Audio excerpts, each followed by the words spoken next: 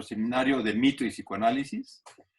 Estamos Carmen Trejo, Abraham Manzano, Alfredo Alcántar y yo, Javier Sandoval, en nuestra reunión que hemos tenido mensualmente durante muchos años, dentro de este proyecto editorial y de exposición audiovisual que queremos que sea Energeia en Telequia.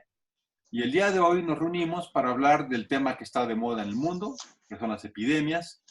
Y como siempre hemos trabajado el proceso mítico psicoanalítico, en el día de hoy vamos a trabajar con lo que es la epidemia en México, con los aspectos propiamente míticos y con otras observaciones de todo el mundo, ¿no? ¿Qué es lo que ha pasado con las epidemias en México y en el mundo? Y vamos a hacer nuestras contribuciones desde el mito y desde el psicoanálisis. Entonces, vamos a hacer nuestro conversatorio, estaremos 50 minutos hablando del tema y entonces estaremos haciendo contribuciones de forma libre, cada quien va a ir haciendo exponiendo lo que crea más conveniente. Alfredo, vamos a que empiece nuestro Past Master, que se llama Alfredo Alcántar, para que nos empiece a exponer el tema y empezamos con nuestro conversatorio. Sí, me voy a referir a epidemias en el México virreinal. Antes de la llegada de los españoles, sabemos que la población indígena estaba dispersa en el país. Había ciudades-estado que se gobernaban. Tenían relaciones intensas, comerciales, religiosas, culturales, pero no se presentaban epidemias en esa etapa. Los 20 siglos de historia prehispánica no hay datos de que hubiera epidemia, pero a la llegada de las embarcaciones españolas, pues llegaron los virus y se dice que en 2000? En el año de 1520, cuando el gobernador de Cuba envía una expedición al mando de Pánfilo de Narváez para castigar a Cortés por su audacia, que se lanza hacia Tenochtitlan sin permiso del gobernador de Cuba.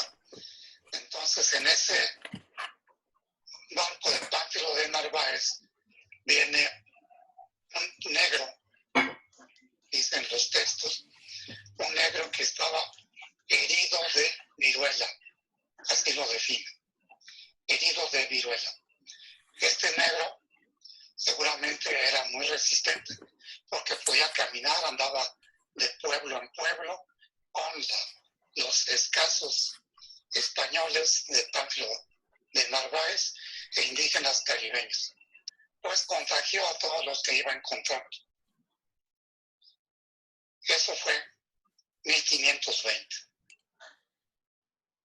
Se presentó epidemia de viruela en las poblaciones entre Veracruz y Tlaxcala. Fue en 1519 cuando los españoles sufrieron una epidemia, según lo describe un autor indígena que recoge León Portilla en su libro El reverso de la conquista. Los españoles, después de la noche triste, huyendo derrotados de Tenochtitlan, salen hacia el poniente de la ciudad, heridos, lastimados, pálidos, desnutridos, enfermos, y dan la vuelta como en el arco norte actual hacia Tlaxcala para buscar a sus aliados y conseguir más elementos con los cuales regresar a Tenochtitlan y dominarla, someterla y destruirla. Fue 1521. Pero con la segunda llegada de los españoles a Tenochtitlan venían ya los portadores del virus de la viruela. Esta fue la gran epidemia del siglo XVI que terminó, según las crónicas, de destruir la población, de matar a la población de la Nueva España. Ya para entonces empezaban a decirle la Nueva España, todavía era Tenochtitlan como en destrucción. Pero fue la viruela la que abatió las defensas militares ya muy endebles que tenía la ciudad. 1521, agosto, el 13 de agosto cayó abatida por fin Tenochtitlan, y cantidad de muertos describen los cronistas tirados en las acequias, en las calles, en las calzadas, en los templos y en las casas. Había tal mortandad de personas en las casas, toda una familia amplia, una familia extensa, que los que se dedicaban a sepultar pues no se daban abasto. Entonces tiraban la casa y la quemaban encima de todos los cadáveres. Eso lo escriben en forma pues así espectacular y terrible los cronistas. Esa fue la primera epidemia en México, Nueva España. Los indígenas le llamaron Hueyzáhuatl o Gran Peste. A Hueyzáhuatl es o fue la viruela. No pasó mucho tiempo, sino solamente 11 años, para que otros expedicionarios pues trajeran otra cepa viral, otros virus que provocaron en la población el sarampión. Los indígenas no tenían defensas ni para la viruela ni para el sarampión. Del sarampión también hubo mortandad y todos se enfermaron. Todos sufrieron sarampión, pero no fue tan mortal como la viruela. Por eso a esta peste, a esta epidemia, los indígenas le llamaron Tepitonzáhuatl o pequeña peste, pequeña epidemia. El Tepitonzáhuatl que también mató a muchísimos habitantes de las ciudades y de las poblaciones lejanas. Debo decir que de viruela murió uno de los Hueytlacuanis después de Moctezuma.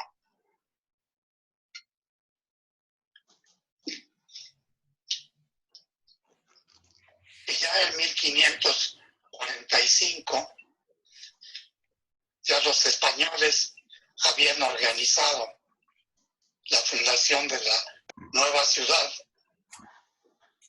Estaban construyendo los templos, las habitaciones, las casas, con las piedras de los templos y de las casas de los señores indígenas.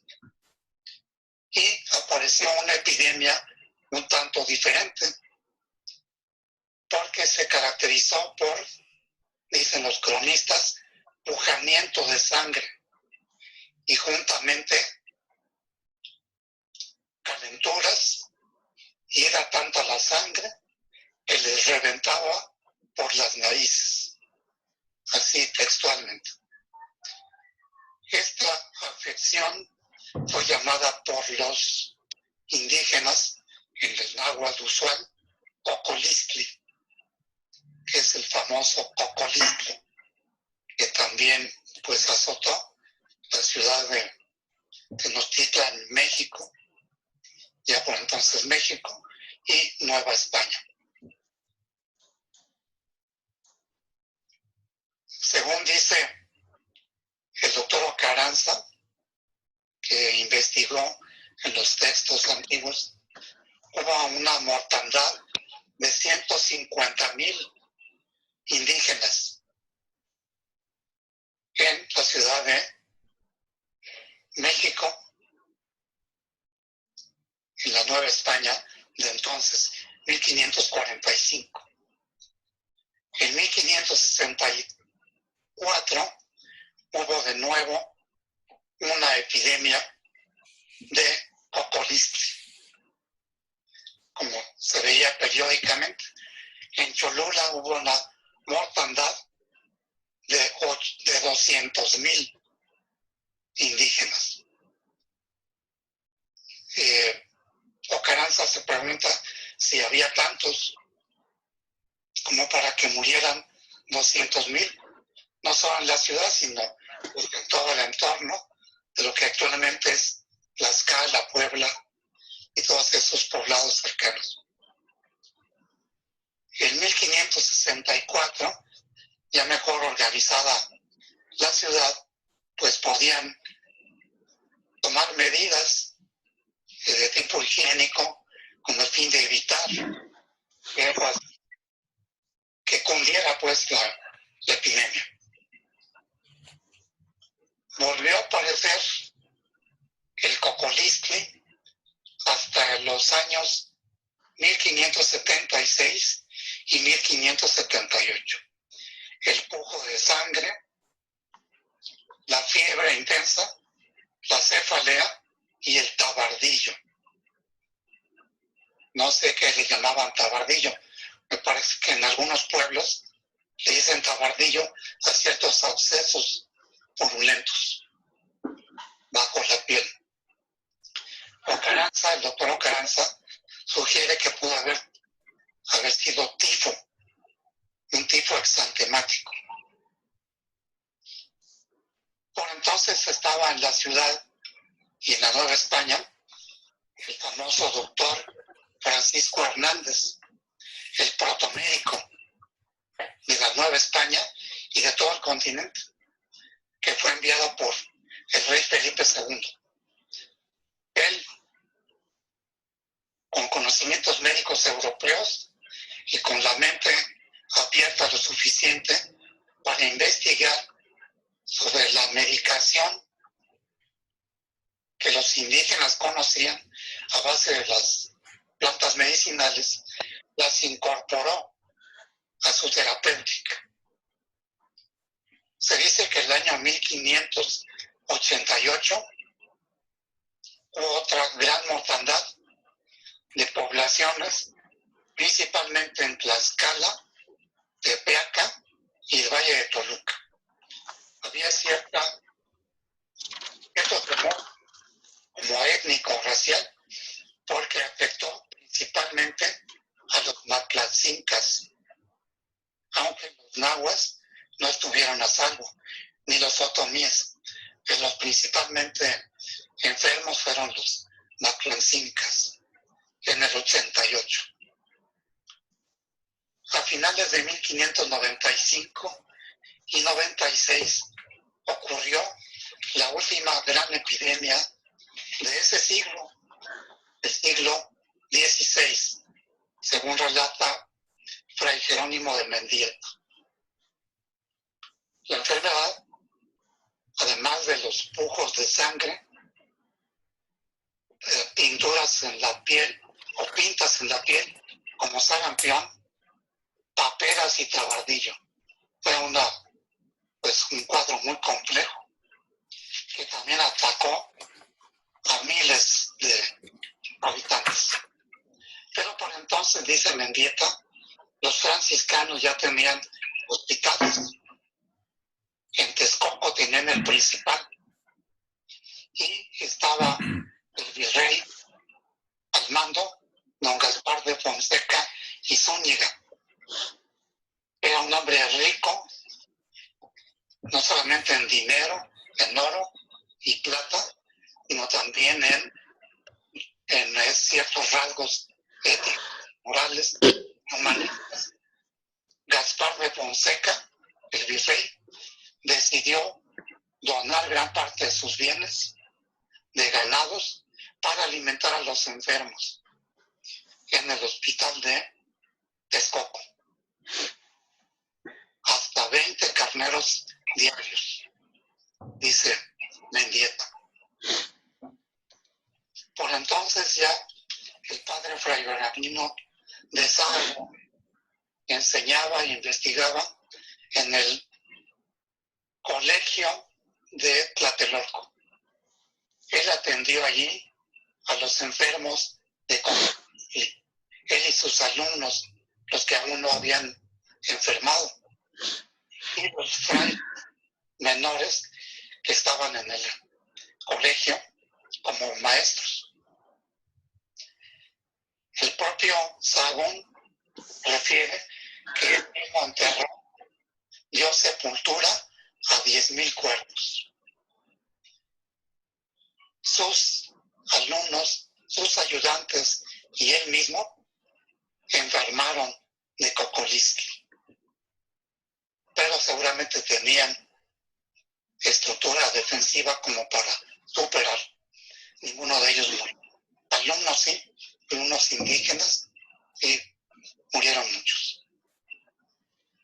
En 1691-92, un siglo después, fue una gran zozobra, angustia y dolor.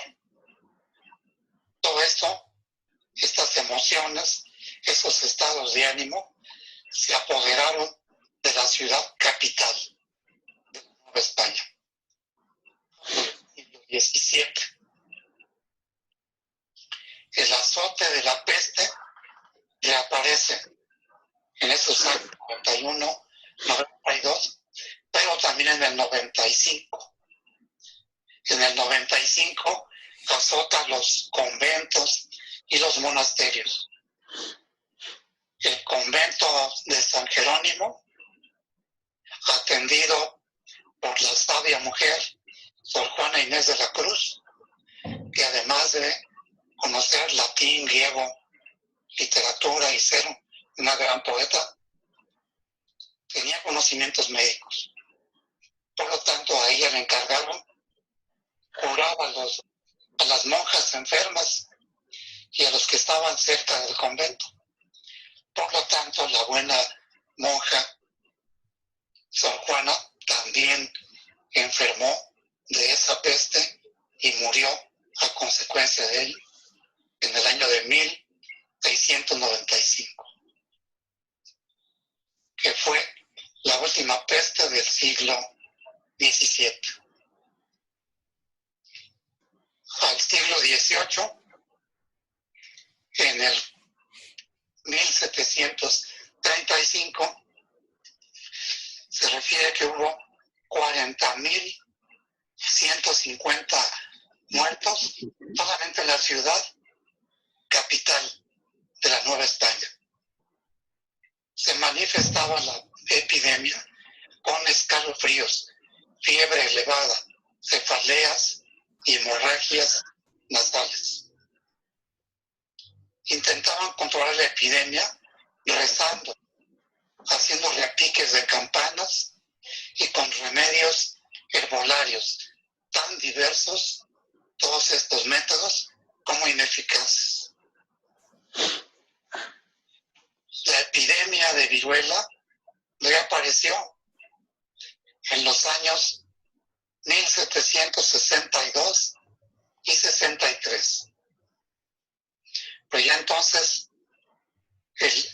los virreyes y el arzobispo Alonso de Núñez y Haro, un hombre muy prudente y con gran autoridad, decidió influir para combatir las epidemias.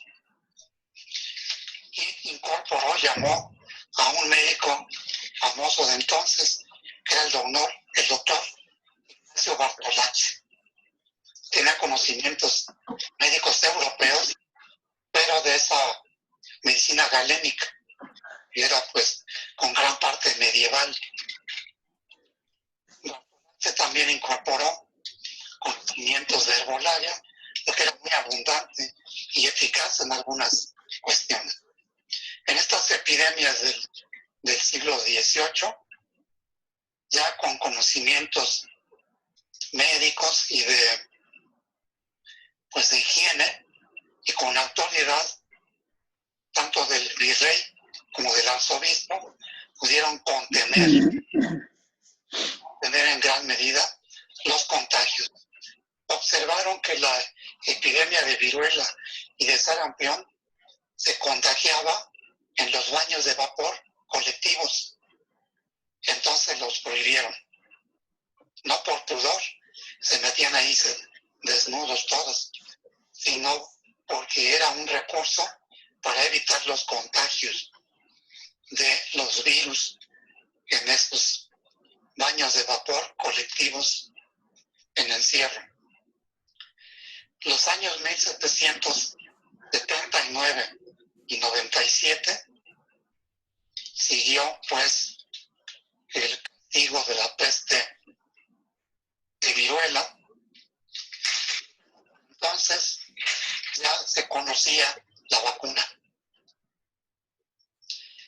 Conocida en los reinos, en las cortes de Europa, y tenían ese recurso, vacunar. Pero la gente en la Nueva España, en la ciudad y de toda la Nueva España, podían ser cultos, conocer de literatura, de filosofía, había universidad, había imprenta, pero eran ignorantes en cuestiones médicas por la influencia galénica y la influencia medieval de la medicina prevaleciente. Sin embargo, había ya el conocimiento europeo también de la eficacia de la viruela. El arzobispo y el virrey encargaron de Europa, de España, que trajeran pues el pus de la viruela. ¿Cómo lo hicieron? Pues en niños. Fueron por niños huérfanos al norte de España, a La Coruña, al monasterio de Santiago de Compostela, donde había niños huérfanos. Se trajeron cerca de 30 en el barco. Uno venía ya vacunado, y de la pústula de ese niño vacunado iban vacunando al siguiente para que permaneciera vivo el pus en el bracito pues joven y sano de cada niño. Así preservaron durante el viaje de meses el pus de la viruela hasta la capital de la Nueva España. El arzobispo y el virrey influyeron, y el doctor Bartolazzi, para que se vacunara la población. El virrey puso el ejemplo. Como la gente los nobles, los ricos, tenían resistencia a vacunarse y a vacunar a sus hijos, él mismo ordenó, solicitó que vacunaran a su hijo menor, el consentido. Lo llevó y en público lo vacunaron. De esa manera convenció a la gente española, criolla, mestiza e indígena de que se vacunaran. Vacunaron esclavos, negros y a todos los habitantes que estuvieron al alcance. Bien, hasta aquí dejo mi participación para no excederme más. Gracias. Sí, ¿Qué? súper interesante. Yo quise dar un enfoque un poquito diferente, pero también un poco estas epidemias que hubo en la Nueva España. No sé si se recuerden que hice un ensayo anterior donde hablaba de las míticas migraciones que fundaron culturas importantísimas como la cristiana, con la Biblia, la romana y la mesoamericana. Y encontré similitudes muy importantes. Entonces, tomando en cuenta esta idea, quise ver en términos de epidemias o pandemias, qué había sucedido en Roma y compararlo, compararlo, tratando de encontrar las similitudes con lo que pasaba en la Nueva España, ¿no? Entonces, ahí es donde quiero yo enfocar el trabajo.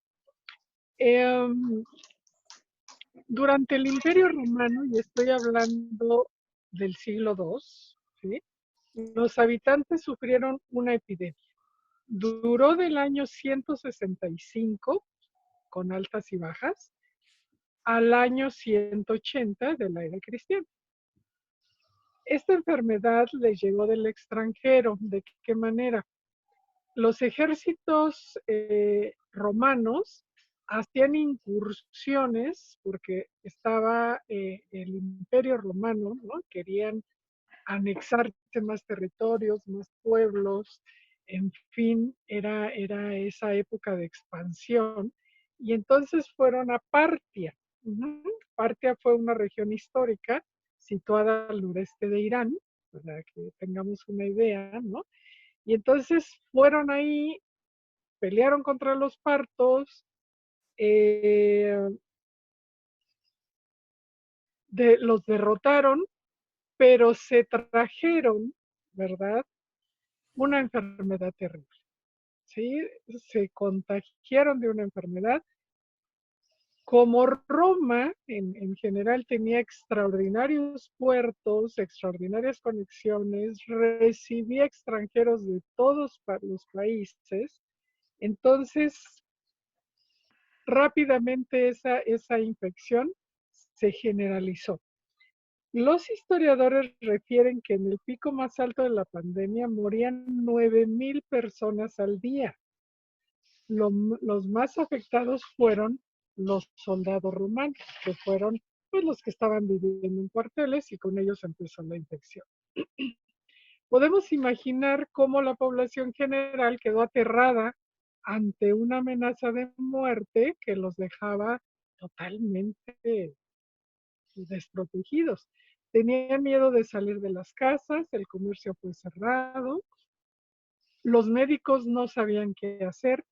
Los romanos recurrían a la magia y a la petición de milagros para tratar de salvar la vida. Escribían salmos religiosos en las puertas para que Dios ahuyentara el mal. El emperador Lucio Vero, que vivió del 130 al 169, y su hermano adoptivo, el también emperador Marco Aurelio Antonio, que vivió del 121 al 180, ambos hijos adoptivos de Antonio Pío, gobernaban en ese momento el imperio. Preocupados por la mortalidad, mandaron traer a expertos de otros países y llegó un médico griego llamado Galeno, que vivió del 129 al 216 y que es hoy por hoy considerado como el príncipe de los médicos por su sabiduría. Esto es algo muy parecido a lo que nos contó hace un ratito Alfredo. Cuento aquí un poco de Galeno, que es una vida fascinante, ¿verdad? Pero por ahorrar un poquito de tiempo, lo obvio, ¿no? Lucio Vero fue emperador del año 161 al 169, año en que fallece a causa de esta peste. Peste se le llamaba a toda enfermedad infecciosa, ¿sí? Ya estando infectado, huye a otra ciudad, huyendo de la peste, ¿verdad? E impide que Galeno le preste ayuda y muere. Marco Aurelio Antonio entonces queda gobernando solo y fue él el más inteligente y honrado gobernante de Roma. Se le llamaba el filósofo, el sabio. Hizo una constitución basada en la igualdad, gobernó con democracia y desgraciadamente también esta peste lo ataca a él y muere en el año 180. Durante esta epidemia los gastos eran enormes y la inversión en salud agotó el tesoro público. Aún así, Marco Aurelio reorganizó los servicios públicos e impulsó reformas legislativas en favor de las mujeres viudas, los niños, los esclavos. No es cierto, en 171 la plaga disminuye, pero regresa en 180. Mueren infectados la esposa de Marco Aurelio, 8 de sus 13 hijos, el propio Marco Aurelio tras varios días de penosa agonía en el año 180, como ya había dicho. Tras su muerte fue deificado y sus cenizas se transportaron a Roma, ya que murió en lo que hoy es Viena. A esta enfermedad se le conoce como peste antonina, tomando el nombre del propio emperador. También se le conoce como la peste de Galeno. Fue devastadora en Roma y se extendió a toda Italia y parece que llegó hasta las Galias. Los síntomas de la enfermedad eran fiebre muy elevada, ardor de ojos y boca, enrojecimiento de la piel, pústulas, tos violenta, aliento fétido por las pústulas en la boca, delirios febriles y muerte en 7 a 9 días.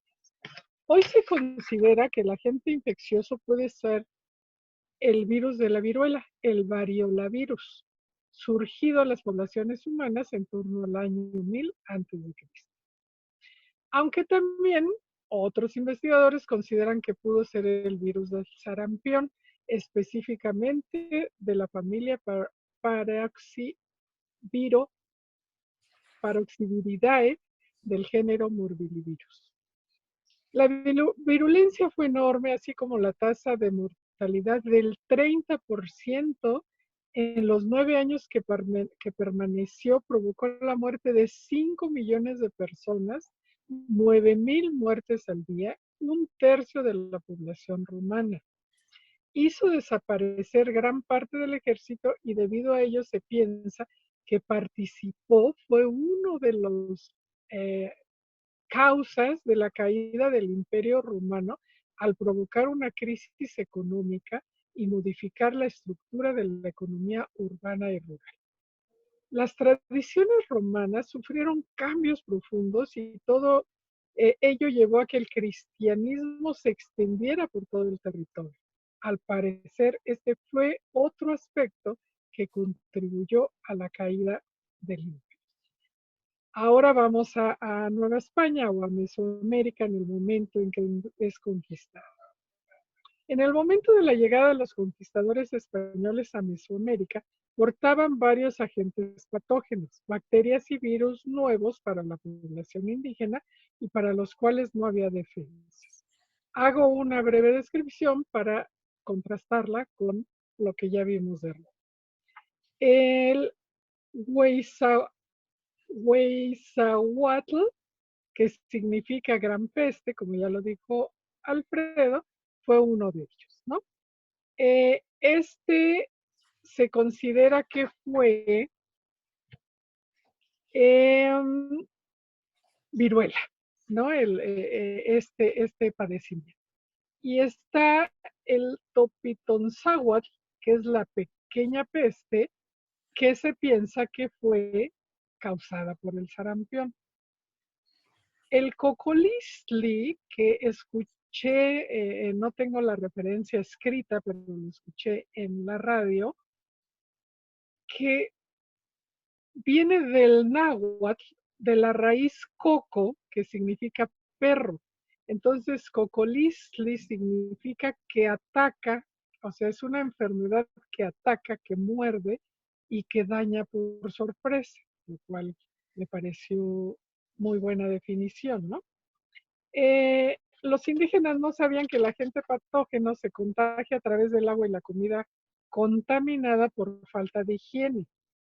Los españoles creían que se trataba de una especie de maldición divina para los indígenas, ya que ellos eran los únicos que morían. Los españoles no, pero era porque tenían otro tipo de medidas higiénicas, porque ellos ya conocían la enfermedad, ¿sí?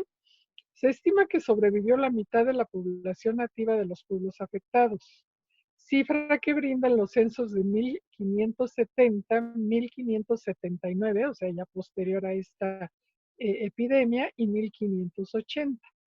hay otras referencias que indican que sobrevivió solo un tercio de la población, ¿sí? Los indígenas eran los encargados de la actividad agrícola y debido a esta epidemia abandonaron el trabajo en el campo y se produjo escasez de alimentos.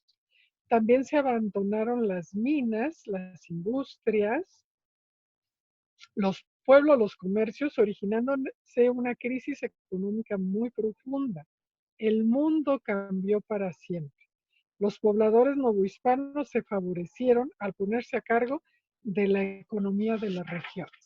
Los pocos indígenas que sobrevivieron tardaron muchas décadas en recuperarse y hubo aspectos de sus costumbres y su cultura que se perdieron para siempre. Una investigación publicada en el diario científico Nature Ecology and Evolution identificó la bacteria, la Salmonella entérica. Entonces fue una salmonelosis la causa de esta terrible enfermedad. Entonces aquí hago unas similitudes y ya con esto termino, ¿sí? En ambas regiones, o sea, en Roma y en Nueva España, se diezmó la población bárbaramente, ¿no? La estructura poblacional cambió en ambas. En el aspecto político, el Imperio Romano cayó. El Imperio Azteca, con Moctezuma al frente, cayó. En el económico político, Cómodo, el sucesor de Marco Aurelio, cambió a un régimen absolutista no democrático. En Nueva España, a partir de estos acontecimientos, se transformó en una colonia bajo el control de España. En lo social y cultural, las costumbres, los ritos, las ceremonias cambiaron para siempre. En Roma se implantará el cristianismo y en Nueva España se implantará la religión católica. Con esto quiero señalar que una pandemia es una cosa muy importante, una epidemia es una cosa tremendamente importante en los pueblos cuando asola de esta manera, como lo describo en pueblos tan diferentes, en épocas tan diferentes, siglo II, año 1570, ¿no? Pero que deja cambios radicales en la conformación y la estructura de esas sociedades que afectan. Entonces, eso es lo que he querido señalar, porque somos muy dados a no saber de la historia y somos muy dados a no entender la trascendencia de estos fenómenos, que podemos decir que son fenómenos naturales, ¿no? Por los agentes bacteriológicos y virales que atacan, pero que tienen una influencia social súper importante, trascendente y que cambian las historias para siempre. Hasta aquí. Gracias, Carmen. Oye, qué interesante. Bueno, pues yo quería más bien enfocar mi contribución desde esta perspectiva como histórica y tomo como base principalmente el libro de Jared Diamond, que escribe un libro que se llama Armas, Gérmenes y Acero, que se ha hecho muy famoso en todo el mundo y que es una propuesta muy interesante porque dice breve historia de la humanidad en los últimos 13.000 años. Su propuesta radica en hacer énfasis en aspectos que van más allá de la historia general que conocemos del poder y pone énfasis a qué aspectos históricos que se estaba dando en el mundo para que evolucionara como evolucionó. Él pone pues, sus principales focos de atención en cómo se desarrollaron las armas, los gérmenes y el acero. Y lo que él dice de forma general en el libro es que las sociedades recolectoras, que eran cazadores-recolectores, migraron para cambiarse más bien a sociedades que iban como de alguna manera dándonos otras posibilidades de convivencia al momento en que se puede desarrollar la agricultura y las sociedades agricultoras se pueden tener un proceso sedentario que hacen que en vez de tener grupos pequeños, oscilantes y cambiantes, se empiezan a quedar en ciertos lugares y en esos lugares se empiezan a desarrollar culturas, ciudades grandes, y al mismo tiempo que se desarrolla la agricultura, entonces empieza el desarrollo del ganado, la posibilidad de explotar el ganado para también tener las ganancias y el recurso de los alimentos. Esta cuestión doble generó que digamos, estos países o estos lugares conformaran las posibilidades tecnológicas y de formación educativa más importantes y desarrollaran toda una cultura que les permitió desarrollar posteriormente tecnología para hacer acero y para desarrollar armas, que les dio más capacidad de destrucción, en comparación con las sociedades que se mantuvieron como de una forma más nómadas o en un contacto con mayor equilibrio con la naturaleza. Yo aquí, esa es la idea general del libro, y aquí nada más quería hacer como una interconexión con las ideas de Dussel, que ha estado trabajando tanto, ¿no? La liberación de América en el sentido ideológico, y que él pone énfasis en que toda esta tecnología que admiramos y que nos ha dado control del mundo, nos ha dado otros problemas, porque al mismo tiempo que nos ha dado la posibilidad de dominar al mundo, también nos ha llevado a que las culturas que tienen más respeto ecológico, que viven en un equilibrio ecológico mayor con la naturaleza, son sociedades que no han tenido este desarrollo en las armas y que han invadido otros lugares, ¿no? Sino que se han mantenido más en ese equilibrio y sobre todo sin hacerle daño a la ecología, ¿no? Con un equilibrio ecológico mucho mayor, sintiéndose parte del sistema ecológico y no dañando o no usando la tecnología para sacar un provecho y de alguna manera tener como una posibilidad de mantener los siglos con un sistema de equilibrio con la naturaleza. Al contrario, con los que han desarrollado las armas, que en tecnología les ha llevado posteriormente a generar todo lo que ahora sabemos en la producción industrial, con todos los beneficios para la vida que ahora nos gusta en esta actualidad, pero con todas las desventajas que conlleva al vivir sin equilibrio ecológico. Bueno, una vez hecho ese contraste, ¿no? con la postura de Dussel, el autor habla aquí precisamente de cómo es que en la zona de Europa, norte de África y Asia, se dio la posibilidad de que estas sociedades empezaran a tener este ganado, que llevó a que el ganado, ahorita estamos más pendientes en los últimos años de cómo se transmiten la zoonosis, los virus y las bacterias de otro tipo de animales más salvajes hacia nosotros, pero se nos olvida que las enfermedades que primero combatimos a nivel de la humanidad tenía que ver con esta transmisión de las enfermedades del ganado vacuno, de los borregos también, hacia el humano, en contraste que ahora, ¿no? Que están más pendientes, por ejemplo, de los murciélagos, que no están tan cercanos a nosotros, pero sí a los orientales, ¿no? Que por eso últimamente se han originado estos problemas allá en el este del mundo. Y acá, por ejemplo, cuando habla de esta transformación de la forma de convivencia, nos pone la referencia a los principales enfermedades que hemos tenido a lo largo de la humanidad y cómo precisamente el sarampión procede del ganado vacuno, llamado tifus bovino. La tuberculosis también procede del ganado vacuno. La viruela también procede del ganado vacuno, de ahí el nombre de vacuna, por cierto. Y la gripe procede de los cerdos y los patos, la tosferina de los cerdos y los perros, y la malaria de las aves. No está muy claro si es gallinas o patos, pero son los animales domesticados, ¿no? Y estas enfermedades que nos tuvieron mucho tiempo enfermos a la población en Occidente y luego también en Oriente, pues vienen precisamente de los animales con que se convivían, ¿no? Esta zoonosis donde vamos compartiendo de un animal a otro.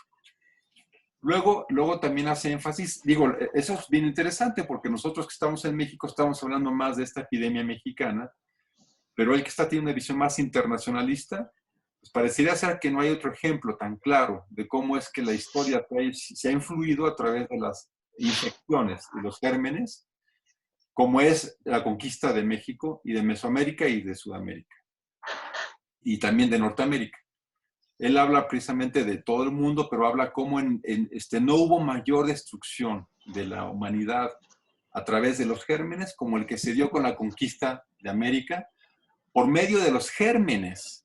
Porque aquí el autor habla de cómo es que cuando llegan los españoles a la zona de Mesoamérica, pues empiezan a decir todo esto que ya nos dijo muy bien Alfredo, que además esta es otra fuente que lo tengo, que ciertas poblaciones de Tabasco desaparecieron al 100% en cuanto llega la viruela, que es por donde entra precisamente Pánfilo de Narváez. Digo, entra por el Caribe, pero van dando la vuelta. Y que en ese periodo, digamos, estas primeras enfermedades, él calcula que sea la mitad de la población indígena la que desapareció dada estas enfermedades. Este primer brote que hubo, ¿no? Entre la viruela y el sarampión. Y la otra es que también habla de la parte práctica, que luego se nos olvida, ¿no? Ahora que tenemos la epidemia, está la gente clara de que cuando hay un enfermo en casa, todo el sistema cambia, o cuando son todos los enfermos, ¿no? Pero ya además de lo que decía Alfredo, de cómo se quemaban a las gentes, pues eso dificulta que un pueblo se pueda organizar para defenderse y para armarse precisamente ante una invasión. Es decir, no solamente es la cantidad tan grande de muertos, sino también lo que implica en la organización del territorio. Y todo este aspecto, digamos que puede ser que se dé atrás, ¿no? Yo no tengo conocimiento de referencias claras, pero que muy probablemente en el imaginario social indígena, cuando veían que ellos eran infestados todo este siglo con enfermedades procedentes de Europa y a los europeos no les afectaba, pues el imaginario social muy probablemente tenía un impacto muy grande para poder valorarlos a ellos en función de que ellos no se enferman y que ellos padecen toda esta enfermedad. Y luego hace la contabilidad de cuántas gentes murieron a través de estas primeras epidemias, los primeros siglos, los primeros 2 siglos. Y dice el autor que para el Nuevo Mundo, en su conjunto, el descenso de la población india en los 2 siglos siguientes a la llegada de Colón se calcula en hasta 95%. O sea, digo, con cantidades es evidente ver la destrucción y la importancia histórica de los gérmenes, ¿no? Y tal vez si estamos enfocándonos principalmente en esta situación de Mesoamérica, pues queda evidente cómo pasó esto en Mesoamérica, ¿no? Sin embargo, el autor no deja de revisar que también pasan muchas de estas cosas en otras conquistas de otras partes del mundo. Y habla también de cómo los gérmenes euroasiáticos llegaron precisamente a los pobladores del Pacífico, principalmente con los aborígenes australianos y de los pueblos Khoisan, que son los ototontes y boquismanos de África Austral, y causando precisamente esta destrucción. Y también habla, por ejemplo, de la población, la población india en la isla de La Española, que descendió desde unos 8 millones en la época en que llegó Colón, en 1492, a 0. O sea, ella acabó con todos, pues, en 1535, pues. Luego, también habla de este fenómeno de la sífilis, ¿no? Como pareciera que hubo una mutación y que esta sífilis que apareció antes de que llegaran los españoles a México, antes de 1492, esta sífilis entonces presentaba en las gentes que la padecían una variedad que era altamente clínica, ¿no? Altamente manifestadora de síntomas, porque daban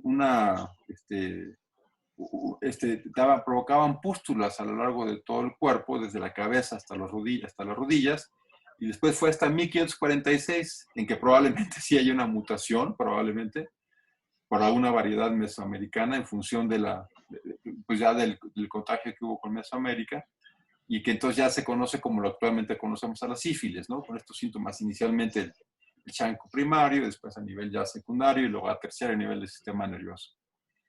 Sin embargo, digamos, estas mutaciones pareciera ser que es el único regreso, ¿no? Porque lo que llama la atención en ese sentido es cómo es que en América no hubo una exportación de muertes hacia Europa tan importante como la hubo hacia dentro de América, ¿no? El autor en particular, un mundial histórico, pues principalmente lo que ve es que la falta de comunicación probablemente es lo que no facilitó que se dieran estos procesos, digamos, de desarrollo de inmunidad a los gérmenes y desarrollo propiamente de un germen que pudiera luego ser tan patológico, cargado por gente asintomática, pues.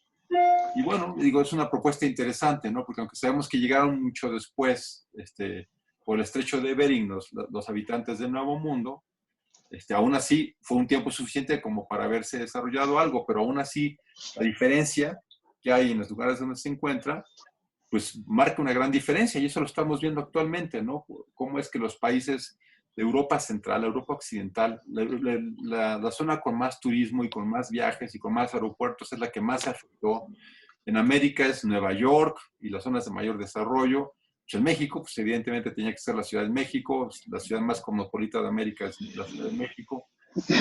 Más que está el paso de los individuos, ¿no? Que parecía que eso contara mucho para el desarrollo de las infecciones, pues.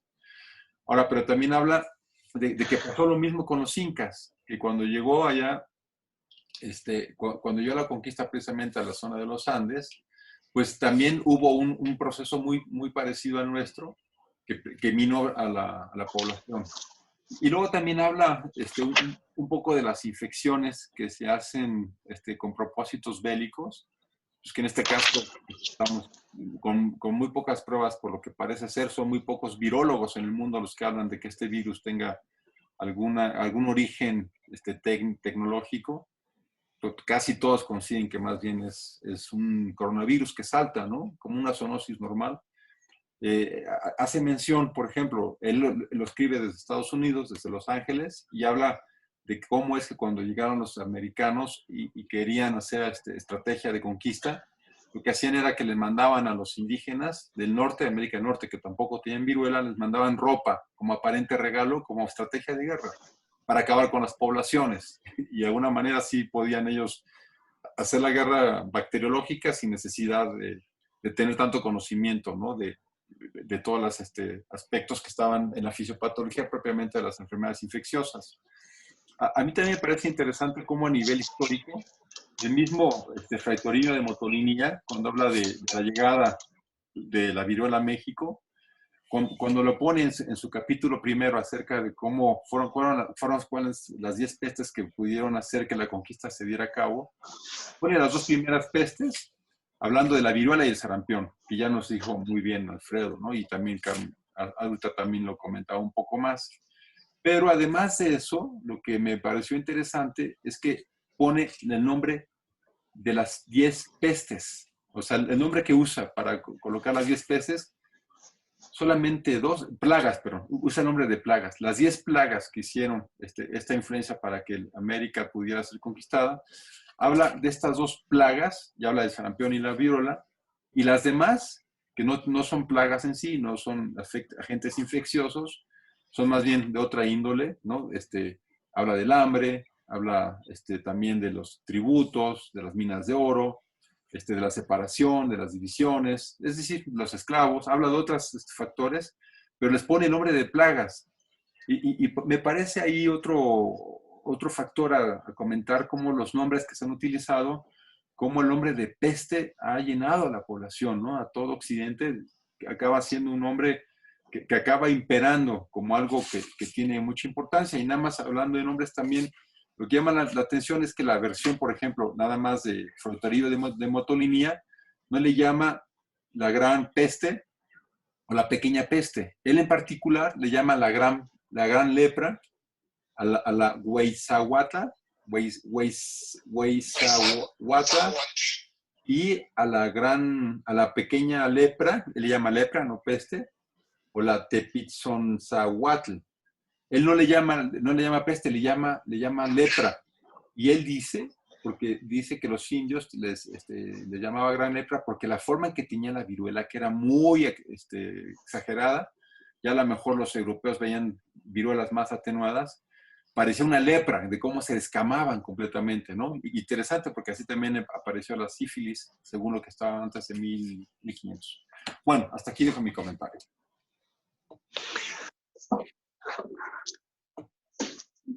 Bueno, muy interesante, ¿no? A mí me gustaría dar paso a dos ideas. Una de ellas es cómo en el momento durante toda la época, todas las épocas que han descrito, hay una relación entre las enfermedades y la lesión económica y el reacomodo político vía la religión, ¿no? Ahí es donde queda la sensación de desprotección del hombre en relación a la naturaleza misma y lo tiene que llevar necesariamente hacia la sensación de protección y de mitos y de toda esta parte. Otra circunstancia que me hace pensar es esto de que la enfermedad no proviene del sujeto hacia el exterior, sino viene del exterior hacia el sujeto, ¿no? Y aquí queda claro cómo las personas que tenían inmunidad no se explicaban por qué los que no tenían inmunidad, pero aparte tenían condiciones socioeconómicas más desligadas de la higiene, eran quienes más padecían las enfermedades en la Nueva España, ¿no? Esto es algo muy importante. Otra cosa muy importante es el uso de los menores de edad a lo largo de la historia, ¿no? Aquí el relato es que cómo tienen 30 niños para mantener una cepa de viruela viva, ¿no? La van pasando de uno a otro, a otro, a otro, hasta llegar acá. Y en algunos aspectos, en la Primera Guerra Mundial y otras guerras previas, los niños eran enviados a caminar en campos minados, ¿no? Para detectar las minas. Entonces yo creo que durante todas las grandes pestes o plagas, ha habido siempre una observación muy clara al respecto de la población adulta y muy soslayadas hacia la población infantil. Por ejemplo, la población infantil siempre ha estado allí, siempre se le ha visto, pero pocas veces se le ha mirado, ¿no? Escapa a los fenómenos sociales más importantes. Por ejemplo, viene el Internet, ¿no? Y entonces trae muchísimas bondades, pero también trae pornografía infantil, ¿no? Viene el turismo y despega una parte del turismo, por ejemplo, en México, y trae aparejado el turismo sexual infantil. Bueno, entonces esto es una manera muy importante para poder definir cómo hay fenómenos repetitivos a lo largo de toda la historia que tiene que ver con los aspectos sociales, económicos, que van a repercutir necesariamente en los aspectos psicológicos de una comunidad, ¿no? Eso es lo que quisiera yo comentar. ¿Cómo ven? Súper interesante.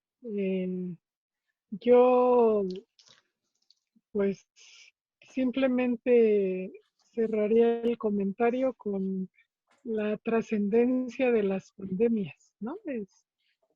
Sería como tratar de reflexionar sobre esa trascendencia, nada más. Yo